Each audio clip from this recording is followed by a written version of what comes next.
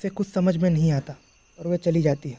रात को सोने वक्त उसे नींद नहीं आता तो वह अपनी सहेली को कहती है उसके साथ कोई अजीब अजीब हादसाएँ हो रही है, लेकिन उसकी सहेली ये सब पर यकीन नहीं करती। अब उसे कहते हैं कि ये तुम्हारा भ्रम है, ऐसा कुछ नहीं होता। और वह सब कहते हैं कि तुम ये सब मत सोचो और चुपचाप सो जाओ।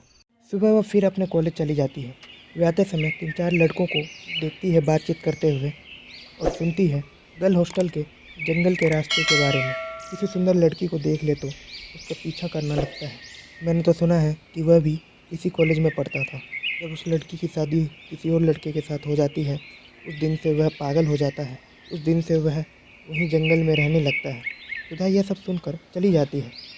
रात को अपनी सहेली को ये सारी बात बताती है। इस बार रूम में आती है तो उसे घड़ी यहीं मिलता है। उसकी सहेली कहती है घड़ी यहीं था। पहले तो सुधा मना कर देती है, लेकिन जंगल से वापस आते ही घड़ी यहीं पे था। समय के साथ साथ सुधा सब कुछ भूल जाती है और अपने पढ़ाई में मन लगाने लगती है। एक दिन और यश वे सब रात को घूमने का प्लान बनाते हैं, लेकिन सुधा मना कर देती है। लेकिन तब बोलते हैं कि इस बार सब उसके साथ रहेंगे और ध्यान देंगे।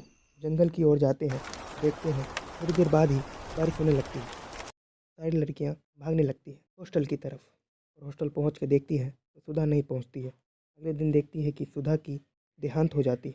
जंगल के पास उसकी बॉडी रखी हुई होती है। चुड़ैल ये कहानी तांत्रिक को सुनाकर रोने लगती है। तांत्रिक कहता है कि तुम्हारी देहांत कैसे हुई। चुड़ैल कहती है उसे खुद पता नहीं उसकी देहांत कैसे हुई।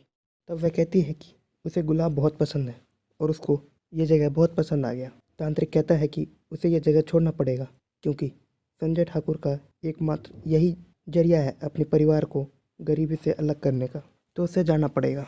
वह सब यह सब सुनकर उस जगह से चली जाती है और अपने मरने का कारण फिर से ढूंढने लगती है।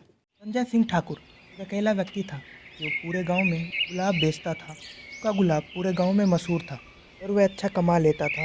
एक दिन जब संजय अपने गुलाब के खेत में जाता है तो देखता है कि एक चुड़ैल के खेत के पास थी। संजय डर के मारे वहाँ से भाग जाता है और जल्दी से अपने घर चला आता है।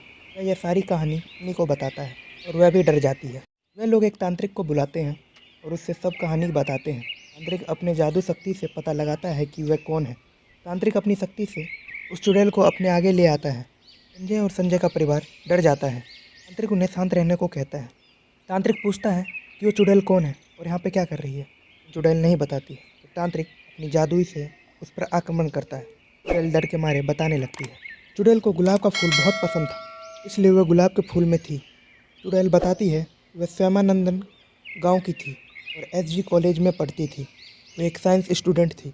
सही वह पढ़ाई में बहुत तेज थी, इसलिए वह हमेशा अपने परिवार से दूर ही रहती थी, क्योंकि उसके आगे की पढ़ाई के लिए उसे उसके माता पिता ने हॉस्टल में डाल दिया था। उसके माता पिता को उस पर बहुत गर्व था कि कॉलेज की पढ़ाई के लिए दूसरे गांव जाना था।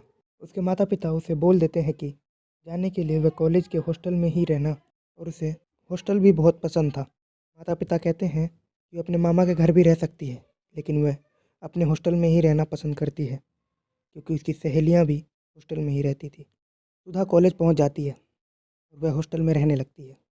एक दिन हॉस्टल में उनकी सारी सहेली रात को घूमने का प्लान बनाती है, लेकिन सुधा को पसंद नहीं आता। सुधा को रात को घूमना पसंद नहीं था, लेकिन सारी दोस्तों की जिद करने पर वह मान जाती है और उनके साथ घूमने चली जाती है। रात के सबके सोने के बाद सुधा अपने हाथ में देखती है कि उसके पापा के दिए हुआ घड़ी उसके हाथ में नहीं है। वह सब जगह ढूंढती है, लेकिन वह घड़ी नहीं मिलता। आधी रात को जाती है। वह जहाँ जहाँ जंगल की ओर जाती है तो देखती है कि कोई उसका पीछा कर रहा है, लेकिन वह कहती है कि इतने रात को कौन करेगा मेरा पीछा। वहाँ सारी जगह देखती रहती है, लेकिन उसे घड़ी नहीं मिलता। वह हॉस्टल के लिए ऐसे कूद कर हॉस्टल में पहुँच जाती। रूम में जाते ही देखती है कि यहीं पर है उसका घड़ी। घड़ी मिलने के बाद वह बहुत खुश होती है। वह यह नहीं सोचती है कि पहले यहाँ मैंने देख रखा था, लेकिन यहाँ पे घड़ी नहीं थी। एक अगली खूबसूरत सुबह सुधा अपनी सहेली के साथ कॉलेज चली जाती है। कॉलेज लौटने के बाद